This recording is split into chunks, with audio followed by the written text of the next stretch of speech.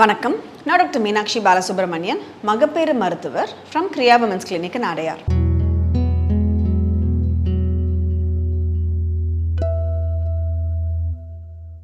இந்த urinary infection அப்படிங்கிறது எல்லாருக்குமே ரொம்ப காமனாக வரக்கூடிய ஒரு விஷயங்க. அதுவும் அந்த ஒரு சம்டைம்ஸ் அதுவும் இப்போ வெயில் காலம் வேறு வருது.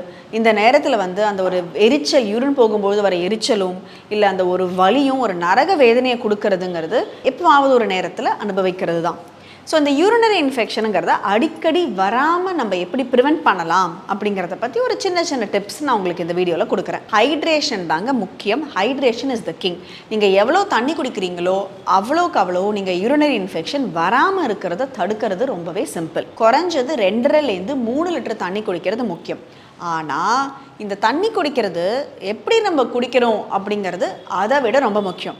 நிறைய பேர் பார்த்தீங்கன்னா 3 லிட்டர் தண்ணி டாக்டர் குடிக்க சொல்லியிருக்காங்க அப்படின்னு சொல்லிட்டு ராத்திரி 8 மணிக்கு கடன்னு 1 லிட்டர் தண்ணி எடுத்து குடிப்பாங்க. அது என்ன ஆகும்? 10 நிமிஷத்தில் போய் திரும்ப அந்த 1 லிட்டர் தண்ணியும் நீங்கள் யூரினாக போயிட்டு வருவீங்க. அதுக்கு பேர் ஹைட்ரேஷன் கிடையாது.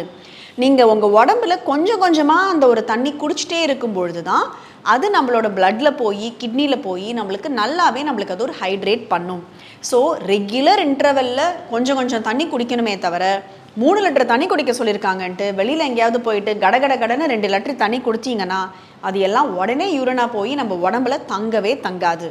ஸோ தண்ணியே குடிங்க, ஆனால் அதை எப்படி குடிக்கணுங்கிறத கரெக்டாக குடிக்கிறது ரொம்பவே முக்கியம். அடுத்தது முக்கியமாக கோல்டன் ரூல், யூரின் பாஸ் பண்ணுறது. அதாவது நிறைய பேர் வெளியில் எனக்கு டாய்லெட் பிடிக்கலை, எனக்கு நான் பெருமையாக சொல்லுவாங்க சில பேர்லாம், ஐயோ டாக்டர் நான் இந்த வெளியிலலாம் போனால் நான் யூரினே போக மாட்டேன், நான் ஆஃபீஸில் யூரினே போக மாட்டேன்னு. அதுதான் இருக்கிறதுலே ரொம்ப தப்பான ஒரு விஷயம். அதுதான் உங்களுக்கு யூரினரி இன்ஃபெக்ஷனையும் கொடுக்கும். யூரினை ஹோல்ட் பேக் பண்ணுறது, யூரின் ரொம்ப கான்சென்ட்ரேட் ஆகி பாக்டீரியா க்ரோ ஆகிறதுக்கு ஆனால் எல்லா வழியும் நம்மளுக்கு அதை காட்டி குடிக்கும். அதுதான் உங்களுக்கு இன்ஃபெக்ஷனை கொடுக்கறது. ஸோ கண்டிப்பாக எப்போல்லாம் யூரின் பாஸ் பண்ணணும்னு தோணுதோ அந்த நேரத்துலலாம் யூரின் பாஸ் பண்ணுறது முக்கியம். அடக்கி வைக்காமல் இருக்கிறது ரொம்ப முக்கியம். அடுத்தது காட்டன் அண்டர்வேர். கூடிய மட்டும் இந்த நைலான் அண்டர்வேரோ இல்லை நம்ம இந்த யூரினை வாஷ் பண்ணிவிட்டு வெட்டாக அந்த மாதிரி இருக்கிறதோ அந்த மாதிரி இல்லாமல் ட்ரையான அண்டர்வேர் அண்ட் காட்டன் அண்டர்வேராக யூஸ் பண்ணுறது ரொம்ப முக்கியம். அண்ட் அடுத்தது நம்ம எப்படி நம்மளை வைப் பண்ணுறோம் அப்படிங்கிறது. ஏன்னா நிறைய பேர் இப்போலாம் டிஷ்யூ யூஸ் பண்ண ஆரம்பிச்சிட்டிங்க. ஸோ டிஷ்யூஸ் யூஸ் பண்ணிவிட்டு இல்லை ஒரு கிளாத் யூஸ் பண்ணுறீங்க. யூரின் நீங்கள் க்ளீன் பண்ணும்போது யூர் யூஸிங் சம் கிளாத்னா ஃப்ரண்ட் டு பேக்காக பேக் டு ஃப்ரண்ட்டா அப்படிங்கிறது ரொம்பவே முக்கியம். அதாவது நீங்கள் உங்கள் பேக் டு ஃப்ரண்ட் நீங்கள் உங்களோட யூரினரி ஏரியாவை நீங்கள் வைப் பண்ணும்பொழுது அந்த பின்னாடி இருக்கிற மோஷன் போகிற இடத்துல இருக்கிற பாக்டீரியாவெல்லாம் நீங்கள் முன்னாடி யூரின் போகிற இடத்துக்கு கொண்டு வரதுனால அது இன்ஃபெக்ஷனை அதிகப்படுத்தும். ஸோ வைப் பண்ணும்பொழுது என்றைக்குமே ரிமெம்பர், ஒரு சின்ன குழந்தையாக இருந்தாலும் சரி இல்லை பெரியவங்க டிஷ்யூ யூஸ் பண்ணுறதுனாலும் சரி, ஃப்ரண்ட் டு பேக் வைப் பண்ணுறது ரொம்பவே முக்கியம். அண்ட் ஒன்று ரொம்ப காமனாக இருக்கிறது எல்லாருக்குமே தெரிஞ்ச ஒரு விஷயம், ஆஃப்டர் செக்ஷுவல் இன்டர்கோர்ஸ் நீங்கள் யூரின் பாஸ் பண்ணிடுறது நல்லது. அதுவுமே நிறைய பாக்டீரியாவை நம்மளுக்கு இன்ட்ரடியூஸ் பண்ணுறதுக்கான சான்ஸ் இருக்கிறதுனால யூரின் பாஸ் பண்ணிட்டீங்கன்னா அதுவும் இந்த அடிக்கடி யூரினரி இன்ஃபெக்ஷன், ஏன்னா நிறைய பேருக்கு ஒரு இன்டர்கோர்ஸுக்கு அப்புறமா எனக்கு இன்ஃபெக்ஷன் வந்துச்சு டாக்டர் அப்படிங்கிற மாதிரி சொல்லுவாங்க. அதை கண்டிப்பாகவே உங்களுக்கு ப்ரிவெண்ட் பண்ணுறதுக்கு ஹெல்ப் பண்ணும். அண்ட் சில காமன் மித் என்னெல்லாம் அப்படின்னா, ப்ரைவேட் ஏரியாவை நம்ம க்ளீனாக வச்சுக்கணும் அப்படின்னா இந்த இன்டிமேட் வாஷஸ் எல்லாம் யூஸ் பண்ணால் தான் அந்த ப்ரைவேட் ஏரியா க்ளீனாக இருக்கும் அப்படின்னு நிறைய பேர் நினைக்கிறது. கண்டிப்பாக தேவையில்லைங்க. அந்த மாதிரியான வெஜைனல் வாஷஸ் எல்லாம் எதுவுமே வேண்டாம்.